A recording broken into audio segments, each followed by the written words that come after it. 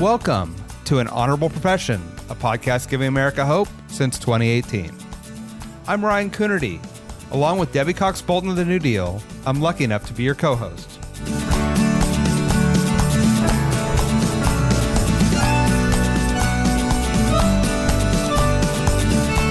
An Honorable Profession is a New Deal Leaders podcast. The New Deal is an organization that supports the next generation of American leaders.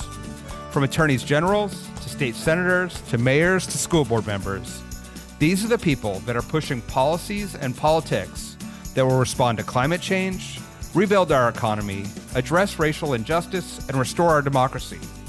These are incredibly talented people who have dedicated themselves to public service when their country and their communities needed it the most. Check out newdealleaders.org to see what I'm talking about. Today, I was thrilled to catch up with Texas State Representative Salman Bhojani.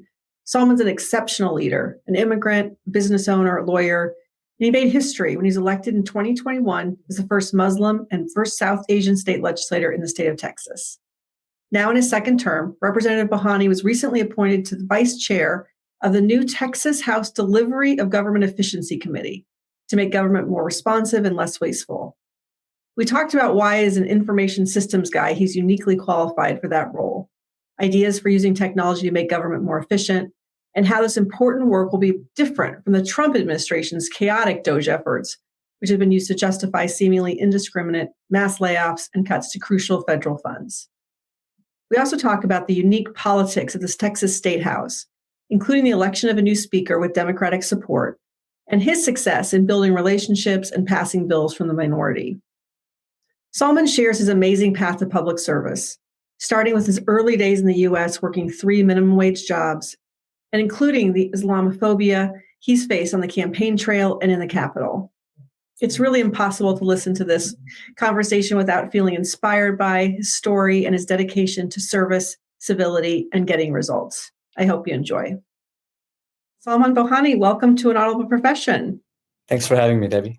So nice to talk to you. It's such a weird time to be talking to people who are out there on the front lines of government right now. It's been such a chaotic few weeks, but I'm really excited to kind of talk to you about what's going on in the legislature. We'll talk about this in a little bit, but you have found a way to be very, very successful in a red state, I have to say, and work with your colleagues to get stuff done. So I'm excited to kind of talk to you about that and the lessons that you learned in your last term. But as you start a new term here in Texas, I was interested in talking to you about this, the fact that you are serving on the vice chair of the DOGE Committee, which I believe is kind of a state version of what we're seeing at the federal level to improve government. I think that improving government, finding ways to deliver services better is a great goal. The question is, can we do it in a way that is, that is not burning everything to the ground, but that's actually improving it. So I'm curious about kind of how that came about for you and getting on that committee and what you guys have been working on so far. Yeah, so I'm really excited to be here. Let me explain to you how the Speaker of the House has done things this time around. We have a new Speaker of the House. Yeah. And instead of having Democrat chairs, he's made Democrats vice chairs, and vice chairs get a budget. They get to hear their own bills, and they get to call testimony as well, which is really different than vice chairs in the past. So that's really good for us. DOGE has been really interesting because I do a lot of technological sort of issues in the Capitol. I'm part of the Innovation Technology Caucus, and the chairman of the Technology and Innovation Caucus is Chairman Giovanni Capriglione, who's also the chairman of DOGE. And so that's another member that I really work well with, and he is from North Texas. The name is similar. It's Delivery of Government Efficiency instead of Department of Government Efficiency, but there's not a lot of commonalities between the federal and the state government, right? We're not slashing, big, agencies and departments in the state of Texas. We're just getting now trying to figure out, we want to learn more. We want to have all the facts in front of us and see if there is fraud or waste or abuse going on. And if there is, obviously, we want to cut that. But my focus mostly will be on figuring out what are the technologies out there, emerging technologies that we can utilize to make the government more efficient. For example, how many times have we waited for IRS or other like state departments on the phone 30 minutes, 45 minutes? Can we make that more efficient with technology? Can we have them send a text to them when they're ready and they can call or whatever. There's so many different ways that we can do that. And I feel like I'm really well suited for that because my degree is in MIS, Management Information Systems. And that whole degree was basically, how do you look at an organization and its processes and how do you automate it? Now, obviously, this was 20 years ago. And so that was my goal, to look at processes and how to automate it and make it more efficient. And so as a gas station owner, I would do like a reporting from the day before. And that reporting would take me 1 hour. Using Excel spreadsheets at that time and some sort of software, I was able to cut that down to 15 minutes. And so that was efficient, right? Using technology as a business owner. And business owners have a lot on their plate because they're trying to put out a product or service and be efficient. Otherwise, they'll be out of business. So I take the similar approach in figuring out what can we do to cut fat, but also use technology to advance our goals and make it more efficient for the government and their taxpayers. Yeah, there's so much to unpack there. I want to dive in deeper, but can we go back to something you said, which I found really interesting about what you did in Texas? You mentioned the new speaker, Yes. And it's my understanding that the Democrats came together to support a speaker this time, so who was elected with a good chunk of Democratic support and less Republican support than maybe someone else would have gotten. In this idea that is going to be a little bit of power sharing, which seems really actually kind of heartening given our current environment of this divisiveness and parties pitting against each other. So how did that come about, and how has that been so far? Has it been, as you did talk a little bit about the power the vice chairs have, which is really interesting. But how has been the experience kind of just working with the new speaker? Yeah, I think I'll tell you, my first session, last session, 88th legislative session in the Texas House, was very bipartisan to begin with. Speaker Phelan was bipartisan, gave Democrat chairmanships, but a handful of Democrats, let's say 8 Democrats had chairmanships out of 30-something committees, right? So when he was sort of targeted for various reasons, the voucher is a big fight that we had last session, and Democrats and rural Republicans were able to fight that and kill the voucher bill during a special session in 2023. I think that, along with other things, Attorney General Ken Paxton, we had, sort of voted to impeach, and a lot of Republicans had voted to impeach. So there was a lot of turmoil in the Republican Party. And because of that, 15 of moderate Republicans were unseated in their primary. And so that made the House a bit more conservative. So there was 3 factions, right? You've got Democrats, you've got moderate Republicans that like the bipartisan nature of the House. And then you've got far right conservatives that had appointed maybe, one of the speaker candidates. And then Democrats were concerned, how should we vote with that? So we have to vote for a Republican speaker. Obviously, Democrats don't have enough votes. And like I said, that we lost 2 seats as Democrats in the Texas House. We had 64 Democrats, now we're 62. So we had to elect somebody Republican, but there were a couple of choices in front of us, and Speaker Dustin Burrows was someone that we felt was more bipartisan. And Democrats being chairmen or chairwomen were something that the Republican Party was not going to go ahead with, right? I'm not talking about the party itself, but the constituents.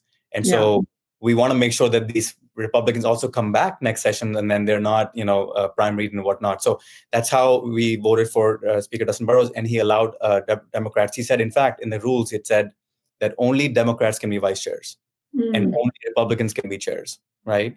So that's how we were able to have this, and we have a budget, which has never happened before. So it's a very unique circumstance, and it is heartening to see that, because I'm not surprised, though, because Texas works in a very different way. So I'll give you an example.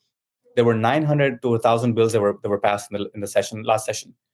90% of them were bipartisan. So that tells you the how we work together in the Texas House. We're not like U.S. Congress. Yeah. Do you feel like constituents understand that? Do you feel like that there's pressure? You kind of mentioned the Republican Party wouldn't go for that. Do you feel like that the electorate in Texas matches the way that the House works? I think you're right. I don't think they understand what goes on in the House and why politics is different than policy, right? When we're running for office, we say, oh, we're going to fight for this and fight for that, and we're going to our constituents and saying all the things that they want to hear, or more partisan rhetoric, right? Because these districts are so partisan. Like my district is 60% Democrat, right? So what can tend to happen is state representatives become very partisan, right or left, during when they're running for office. When they're elected, when they're sworn in, then politics should switch off and policy should start, which is not understandable for mass majority of the Texans. But I think it is it is unfair that there's so much polarization in our state, in our country, and that's what makes it that way. Like, for example, I didn't have a Republican opponent in my election. So I knocked on Republican doors and I said, hey, you don't have anybody from a nominee from your side. I'm here to serve you. It doesn't matter. The policies that I file are very bipartisan. And so they really appreciate that. And I got so many text messages on the election day saying that you were the only Democrat all the way down the ballot that we voted for. We didn't vote for any Democrat except you. And so I think that's where more people need to sort of be an example of that and let constituents know. And I told them, hey, 90% of what we file or what we actually pass in the House is bipartisan.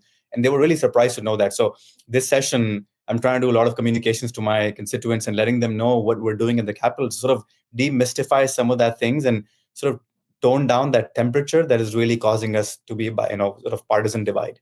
Yeah, no, that's super helpful. And I mentioned at the top that you had really some success last time in the session too. I think you passed a number of bills, 2 of which became law. And I'd love to know how you went about that in a state that is so red, in a legislature where you're in the minority. Like, what do you attribute that? Maybe talk a little bit about the bills you were able to pass and what you attribute that success to. Yeah, I think very few people are nice to each other, regardless of who you're across the aisle or not. And my goal is to be nice to everybody, and that's how I know how to live, right? Just make sure that we respect everybody, regardless of if they're extremely conservative. They've been elected by the people of Texas, so I respect everybody for that. I've taken a lot of selfies with representatives. In fact, on my website, there's a selfie with Salman section where I've taken selfies with all 180.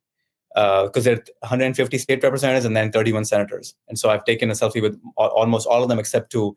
And that connects us because we have so much more in common than we sometimes admit, right? A family is what we have in common. The state of Texas, there's so many policies that we file. And I've tried to work in a way where I'm never blindsiding anybody. Like, I'm always honest. This policy, I can support. This policy, I cannot. And I will not ask you to support any policy that is not going to be good for the state of Texas. And so every bill of mine, I filed 25 bills last session with 2 Democrat joint authors and 2 Republican joint authors from the get-go, signaling that it's a bipartisan bill.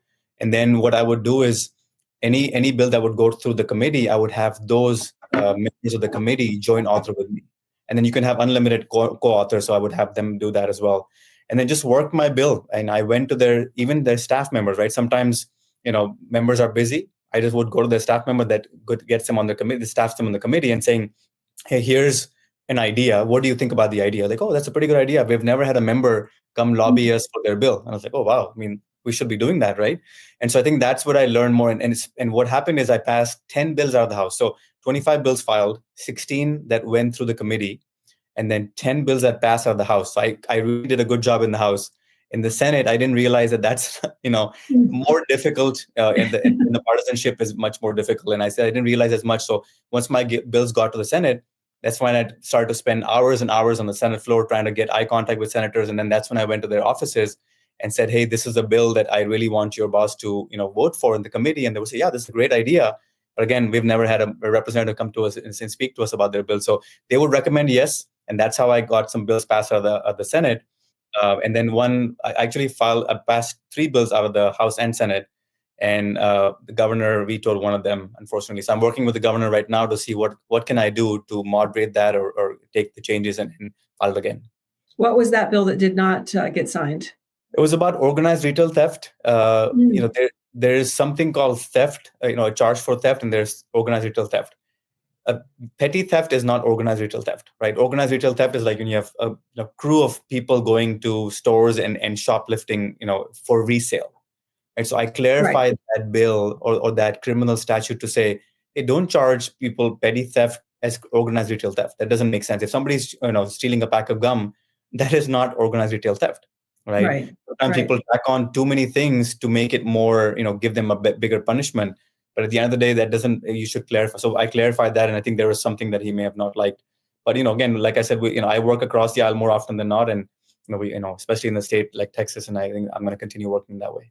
Yeah. So that's great. And I think like I said, it's probably heartening for people to hear that that the work happens in the House in Texas in that bipartisan way, and the percentage of bills that are passed that are bipartisan is really impressive. So back to the kind of the DOGE work and your unique kind of ability to think and look at that because of your background. What are you seeing, like, when you're thinking about where you guys are going to look? Like, how have you thought about your priorities, or what's the lens through which you're gonna look for efficiencies? Because, and I have to say, Salman, I mean, you know this about me, but I think this is probably the most important work that we can do as Democrats, but also just as people who care about government, that there is a sense that government is broken. I mean, that's essentially why the DOGE thing federally is happening. Now, I think they're doing it in a terrible way that is absolutely decimating government. I think actually that's the real goal of that effort, is actually not to make government work better. It's to kind of burn it to the ground.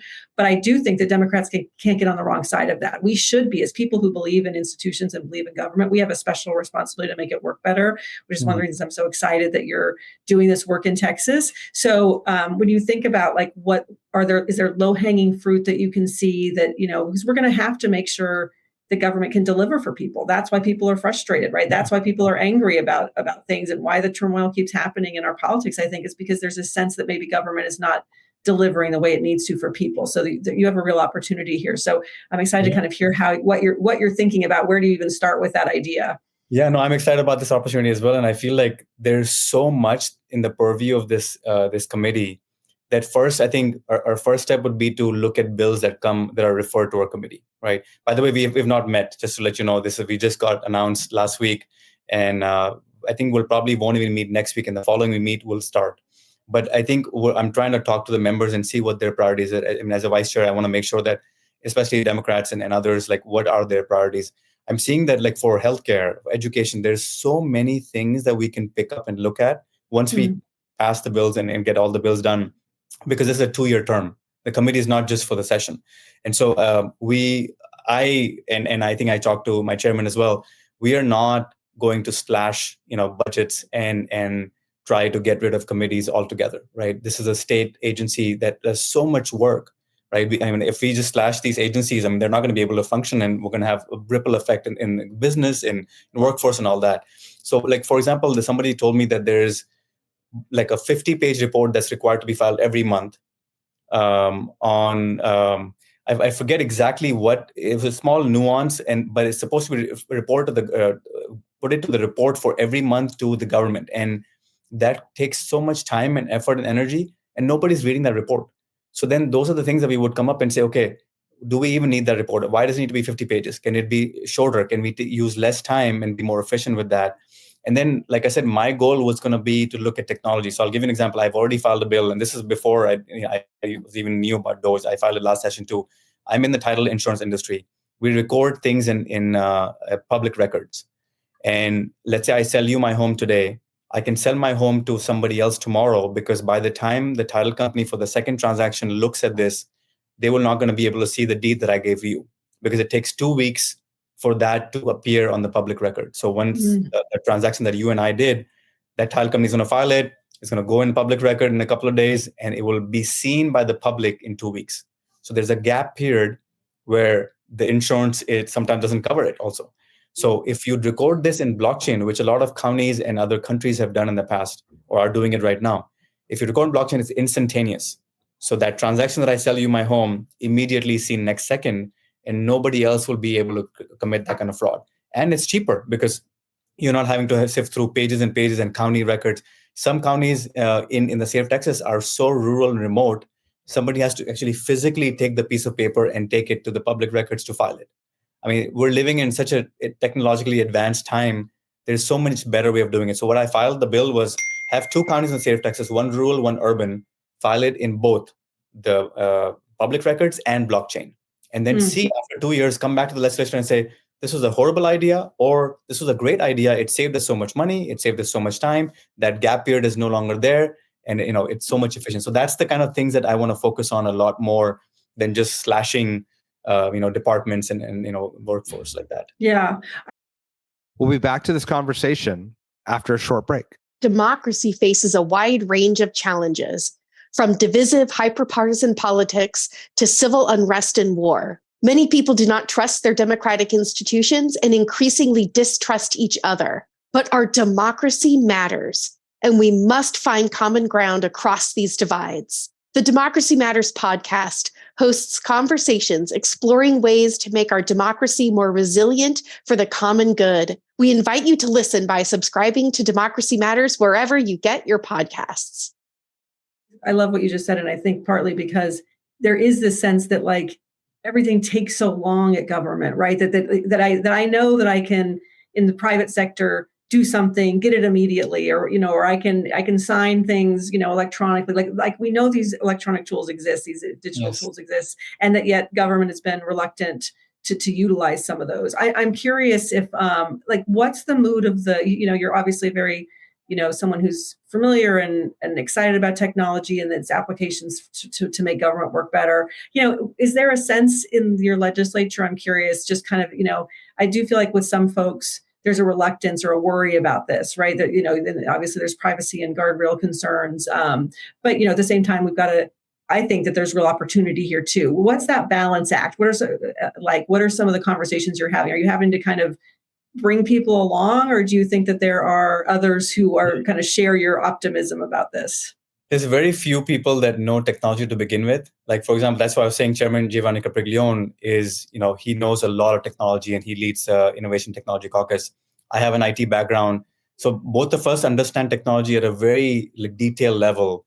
And an average age of a Texas state legislator is 60 years old, right? So it's very difficult to explain what blockchain is or artificial intelligence and all that. And if we don't understand those technologies, how are we supposed to adopt it? Or even legislate about it, right? So I've also filed a bill about deepfakes. How does it impact our youth, and what kind of mental health issues is it promoting because of that? So, but it's very difficult, for people that don't understand technology to be able to understand these nuances, and that's what I'm trying to That's why my bill didn't get passed last session, because it had the distributed ledger word on it, and people are like, what is distributed ledger again? And if I say blockchain, I don't want to do anything with blockchain, right? Or it's a terrible name or whatever, because it's pegged to Bitcoin. Right. People have different emotions about Bitcoin. So I think people use these, pseudonyms to understand technology, and I think it can have a bad rep. Like, for example, Doge. When some of my friends knew that I was appointed to Doge, they're like, "Oh, I didn't know you were this conservative or this," or they were concerned that what are we going to do, right? So that's why I think what our process is going to be more surgical than randomly going and cutting out this or that. We want to first see our facts, right? Yeah.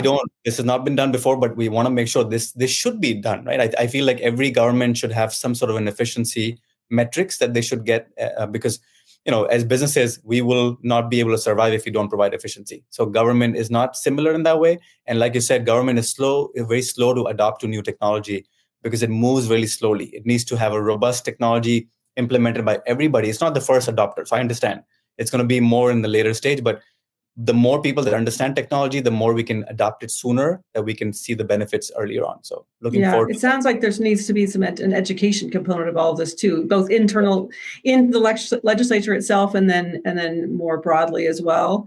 But I think that Chairman Capriglione is a good member who can, if he says that this is good, I think a lot of people will follow that, right? So I think that's really good, because he is the expert in technology in our House of Representatives. Yeah, that's so great. One thing you mentioned too about what you were doing about your bill that I liked with this, shortening the time of getting it onto public record. You said, well, we'll do both for a little while and then we'll measure it and see what worked. I think that's another component about making government work better that doesn't get talked a lot about is not just passing things, but then measuring them on the back end. And it feels like maybe this committee is going to have some oversight capability, or at least a way to measure results. How will that work? So what this bill, it eases into how we can utilize blockchain for title records, right? So the way it does that is by having two dual approaches, but there'll be a council or a table of bankers, title company professionals, county administrator and clerks.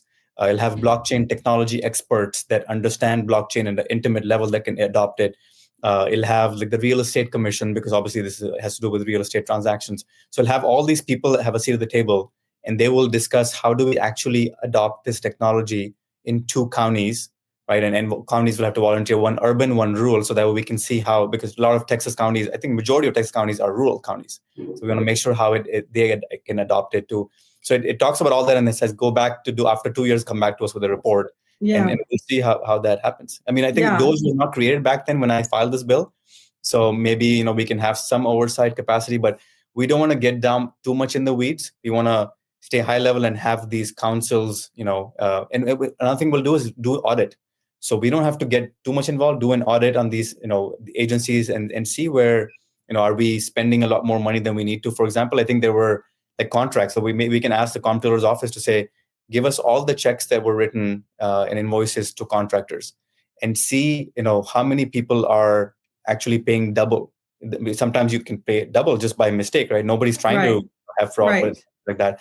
How many Medicaid payments are going to our people outside Texas?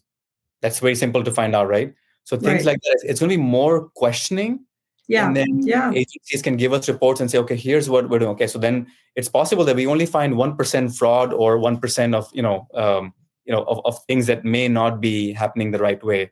It's not going to be right. No, and I think that's right. But it is that ability to look at the results, right? And to say, are we getting, this is what we said we wanted to do as a legislature. We've now contracted, now it's at the implementation stage. And let's go back and look and see if what we're getting for what we, if it's being done the way that we intended, if it's costing too much, if we're getting the results we need. Because that's where it kind of feels like we fall down the job sometimes. It's like we have these great ideas and we pass all these, bills or whatever. And it's like, but what happened to that, right? And like, did the results happen? And that's the place where the public interact with the policy, right? Is on the implementation side. And so I think that's a really interesting and important part of what you're going to do, I think. Another thing that I want to separate how the federal government is doing in the state government. So we're not changing any administration, right? So it's very easy for Trump administration to say, oh, Biden administration was, doing all this fraud, abuse, and, wasteful spending. I'm going to come in and clean that up, right? This is not a change of administration. We're just looking at it and saying, hey, I mean, if you think about it, Republicans have controlled the legislature for last 30 years, right? So they're not going to come and say, oh, yes, we voted for all these bills for the last 30 years. And then now we realize there's so much wasteful that we shouldn't have done that, right? So that's fair. I think there will be a more nuance if they do say that. So I think that's what I'm saying, that I think it's a really safe space to not blame each other or point fingers. Just look at facts, right? I am really excited about facts, and we should only make decisions once we have all the facts in front of us and not do willy-nilly everything, on the fly. Well, that's a really great point. And it's like, I mean, I wish that we could do that at the federal level too, which is, it does feel like there's a lot of blame pointing and performance politics, as opposed to really trying to give each other the benefit of the doubt and say, hey, we're all trying to make government work better. Let's just try to do that. So that's interesting and exciting. Listen, before I run out of time, I really want to talk to you a little bit about your path into politics too, of course. This is called an honorable profession. And, you have the distinction of being the first Muslim elected to the Texas legislature, which is so wonderful. And I'm just would love to hear your story of, like, you've touched on some of your background about IT and owning a service station. And so, how did this come about for you? Was elected office always something you thought that you would end up doing, or was this kind of absolutely not. I mean, surprise? My first careers were completely not glamorous at all. And, I was born in Pakistan, moved to Canada when I was 10 years old, and then moved to the United States when I was 19 years old. And at that time, we come from a humble family, so we didn't have much means. So I started to work at gas stations, mopping floors, cleaning restrooms, and stocking shelves for $6 an hour. Had to work 3 jobs to make ends meet. Nobody would give me more than 40 hours a week because they didn't want to pay overtime. So I worked at 3 different gas stations, making like 80, 90 hours a week, to be able to put food on the table and support my family and go to college. It was a really tough time, but, I think my family was there and the community was there always to help me. That's why I try to pay it forward, because if the people didn't help me at that time, I would not be successful. And then, once, my daughter was born. And so I continued to sort of work from a cashier to a manager, and then bought my first gas station in 2003 in my district. Actually, I still own that one. And then I had 6 gas stations when I thought about, okay, what should I do now? My daughter was born in 2008. And I felt like she would, grow up and say, Dad, why are we selling alcohol and cigarettes when we don't consume them ourselves? And I felt like there was an awakening inside me. So I said, okay, what should I do? So I reached out to my mentors and said, what do you think is more honorable? And they said, law. I mean, become an attorney, because you can do pro bono, you can, serve so many people. And so that's what I said, I'll take the LSAT. So I took the LSAT, scored well to be able to get into SMU Law School in the evening program. So in the morning, I went to my businesses. In the evening, I went to SMU Law School. And after 4 long years, became an attorney, and then worked at Haynes & Moon, which is a large law firm. And I practiced law with some of the brightest legal minds in the country. And then after that, as soon as I got to Haynes & Moon, my neighboring partner was Rafael Anchia, who's the state representative today. And he's been there for 20 some years. Yes. And he said that as attorneys, it behooves us to give back to our community, to society, and to run for office or do anything in a public manner. I said, okay, let me think about it. So upon his insistence, I started to volunteer my time at the park board in my city of Euless, Texas. So I had applied, and after 3 long years, 2016 happened, and our former president was elected. So some of the issues that we're seeing right now, I was exactly facing them 8 years ago. And the first thing he did, when he took office, was institute a Muslim ban. I think that was during his first week from 7 Muslim countries. And as a Muslim, as an attorney, I felt that's unconstitutional. Like, how can somebody discriminate based on my faith? And I felt like, South Asians and Muslims sometimes, are just complaining and sitting on the sidelines.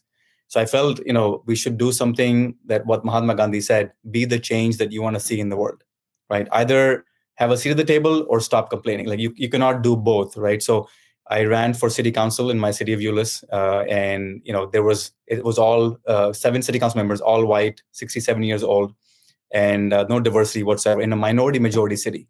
And so I felt like, that is where we need to sit at the table. And so that I ran for office. I lost my first time, and people need to understand that, loss it is not that defeat. It makes you more successful, because the second run made me even more stronger and hard. And I won my second race in 2018 by only 37 votes and made history by being the first minority ever elected in the history of the city of Euless. And then I was the only Democrat and the only minority on the city council. 6 of my Republican colleagues on city council elected me as a mayor pro tem in 2020. And so that was really a good blessing. And I like in the city because there's no partisan stuff. Our potholes are not Democrat. Our library is not Republican. It's just all the issues that we face are bipartisan. And so I really enjoyed working with them. And then 2022, when there was a seat that became open in the Texas House, I ran. And this time around, I didn't win by 37 votes. I won by 60%. So that was really good, and made history this time, not only being the first Muslim, but also the first South Asian ever elected in the history of the state of Texas. And that was also really surprising to me, right? We're in 2022, and there's never been a Muslim, there's never been a South Asian elected. And in my district, there's never been a minority elected in the history of the state of Texas. The District 92, I was the first minority as well. So, and I say that because I want to bring in different perspectives to politics, and that's what my journey has been. And I often speak to youth and say, I am the first one, but I don't want to be the last one, right? I want more people to come behind me, and I'm trying to blaze a trail for everybody to come in and make it more acceptable. I had so much Islamophobia, so much people told me that if you eat pork, then you don't have my vote, right? Or people, told me that, you're going to bring Sharia law to our state, or you're going to make, women wear hijab, and just a lot of different things that people told me. And I just fell back to my mindfulness and saying, okay, look, they're misinformed, and they're trying to protect themselves and their state from something that they think is bad. But being a Muslim is not bad, and that's what I was trying to convey to them. And I think I do that a lot, right? I mean, I brought the first Quran to the Capitol. I swore on it. It was 200 years old. John Adams, our founding father, John Adams, had a copy of that. So it was really amazing, that I was able to bring that. And it was stolen. Next day, 2 days later, it was stolen from the Capitol. I put it in the Capitol chapel for others to read, and it was stolen. And then, there was somebody that was misinformed by my faith and said, "Oh, this is so many bad things about Jesus Christ." And I said, "Do you know, ma'am, how many times Jesus Christ is mentioned in the Quran?" And she was like, "Why would Jesus Christ be mentioned in the Quran?" I was like, "More than 50 times. And Prophet Muhammad, who's the prophet for Muslims, is only mentioned 1 time. And more than 50 times, Jesus Christ is mentioned because we believe in his teachings. We revere him as a prophet. And, if I could be 5% of what Jesus Christ was, I would be a lucky person." So, things like that. I think my goal is always to educate people and let them know, because there's a lot of ignorance in this world. And so what they don't understand, they fear, right? But if they can start understanding more and more, we had an iftar at the Capitol where we had 50 state representatives attend. Last session, I'm doing one again because Ramadan starts on March 1st. So it's always been how I can showcase my values and ethics, but in a safe space where people are not saying, "Oh, this guy, I don't want to work with this guy because he keeps putting everything on his face, about this or that." So I try to be a little bit more bipartisan, moderate, just try to see how we can work together in a meaningful way. Do you feel like any of that? Thank you for sharing that.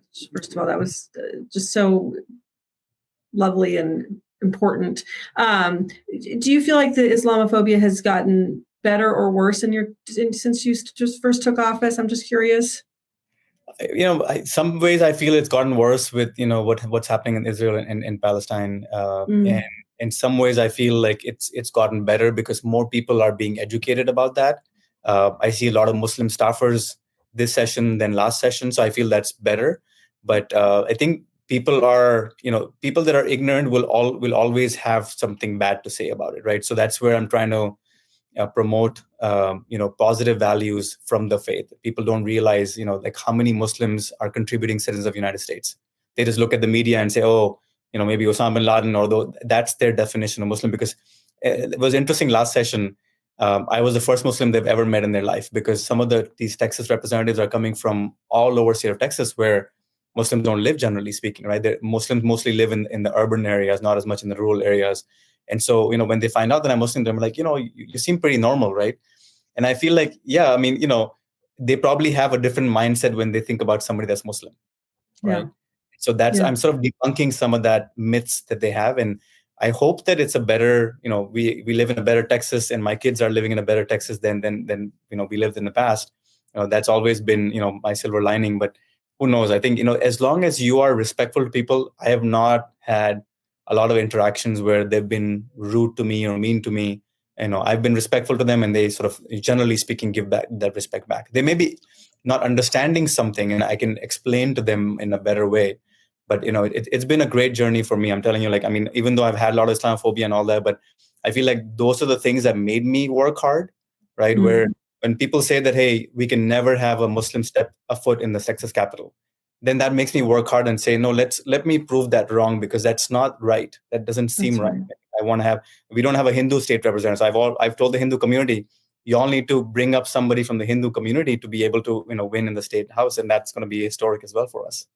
Well, and I absolutely believe that our diversity as a country is our strength. And so it's so important, to your point, to have diverse voices at the table that both can represent large swaths of our population, but also just bring just a different perspective. And that's in all ways, diversity, both in terms of faith and race and ethnicity and other things, but also just in terms of age and, just all of those things. It's really important that we have, people who represent this country. And so I'm so grateful for your service. I mean, to hear you talk about your service so passionately is so inspiring. And I hope, to your point, that, that you're able to inspire more people to run, and that they can see themselves represented, they can see themselves doing it. Right. And so I just am so grateful for what you're doing, both, as this historic figure in Texas, but equally, as if not more importantly, as just a legislator, right, who is taking on and tackling on how we make government deliver better for our constituents. And so that's just such an important thing right now. Yeah. And I'm also focusing on religious freedom, because both Governor Abbott and Lieutenant Governor Dan Patrick spoke about religious freedom in the inaugural address last session. And so I felt like, okay, religious freedom, that means that you can practice any religion. And then it also means that you're free from religion as well. And so I'm actually creating a religious freedom caucus in the Texas House of Representatives. And I'm celebrating multiple days. So we're going to have a Sikh day at the Capitol, the Sikh, with the turbans. We're going to have Hindu day at the Capitol, Jewish day at the Capitol, Muslim day at the Capitol, Christian day at the Capitol, LDS day at the Capitol, and Baha'i, Zoroastrian. And so, I'm also trying to make sure that everybody's faith is, respected, celebrated, and protected in the state of Texas. I love that. Well, we'll keep an eye on that for sure. I can't thank you enough for joining us today. We're so grateful to have you being part of NewDEAL. You're such a great voice for in our organization, and just really grateful for your time today on an honorable profession. It's an honor. Thank you so much for having me. Thank you. An Honorable Profession is a NewDEAL Leaders podcast. Thanks to the team at NewDEAL for producing this episode. We encourage you to bring honor to public service, and because we keep things honorable, no tax dollars are used in the making of this podcast.